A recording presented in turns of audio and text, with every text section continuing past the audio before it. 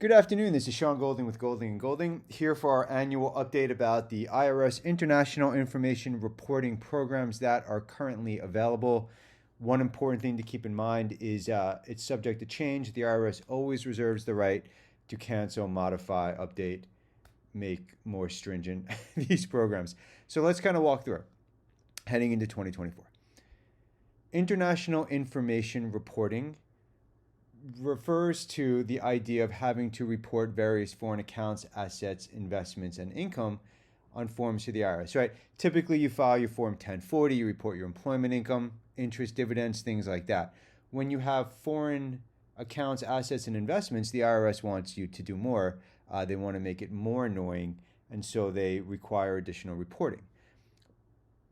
One of the more common forms is the FBAR. The reason I mention that is because people think FBAR, they think bank accounts, and they think, well, as long as I report my bank accounts, I'm good to go. But it's way more expansive than that.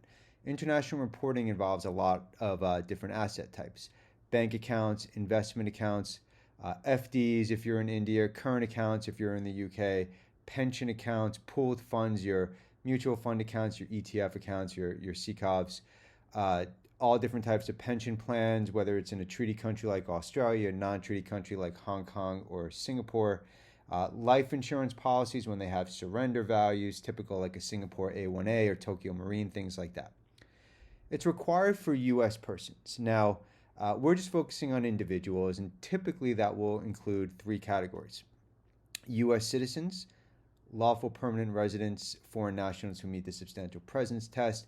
There is some case going on now, I believe it's ROS Day, which basically they're taking the position that, hey, I live overseas, I made a treaty election to be treated as a foreign person for tax purposes, I shouldn't have to report, yada, yada. But the IRS takes this position that you have to file everything, and so that's the position that most people take. If you haven't filed your international information returns, so you're going to late file them, the problem becomes how to do it in order to minimize or avoid penalties. Some people will say, oh, just go file it, man. Nothing's going to happen to you.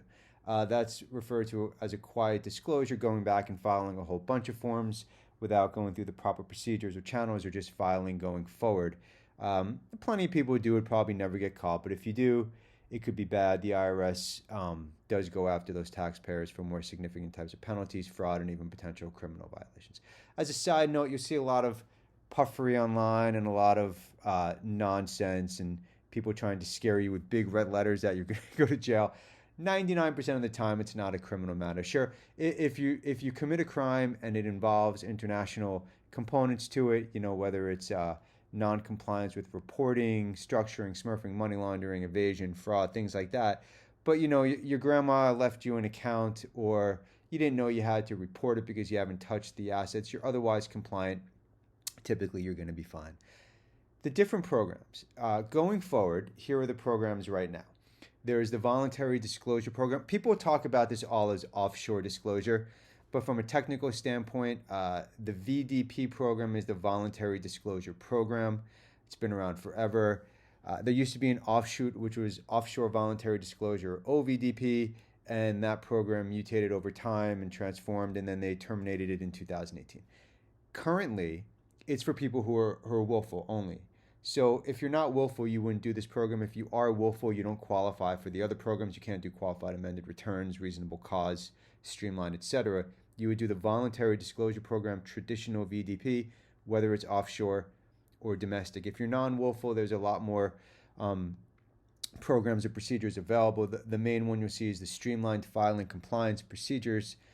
That is broken down into the streamlined domestic and streamlined foreign, both for U.S. persons. It's just domestic means you do not qualify as a foreign resident. The reason you want to qualify as a foreign resident is because then you don't have to pay the 5% penalty. There are some other differences in the program. Streamlined domestic, you cannot file original returns. Streamlined foreign, you can. Let me take it back. Streamlined foreign, you can file original returns. Streamlined domestic, you can only amend returns. Presumes that the original returns were timely. And of course, for both versions, you have to be non-willful. There's also an alternative, which is referred to as the delinquency procedures.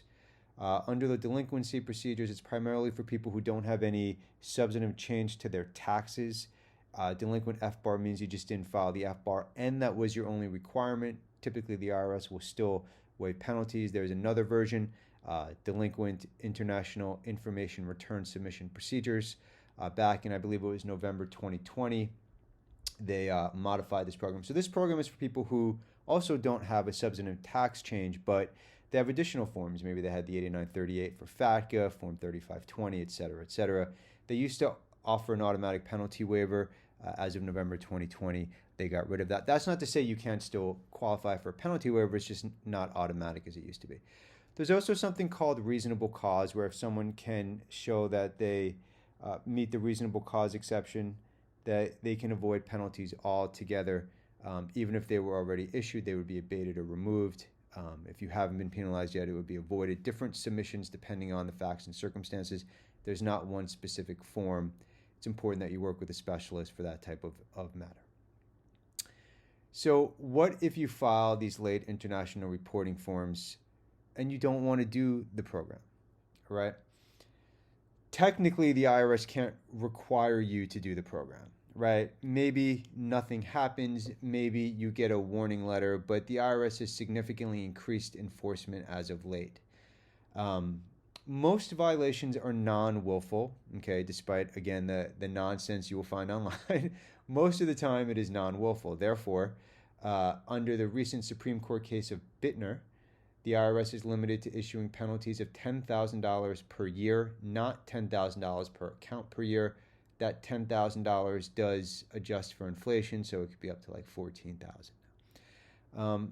If you're willful and you haven't filed, you really should consider doing the VDP. And the reason why is, and it's not the best program, VDP, the penalties can be high, but if the IRS does find you and you're willful, there is the potential that they can go after you for other violations, and possibly they can go after you for criminal.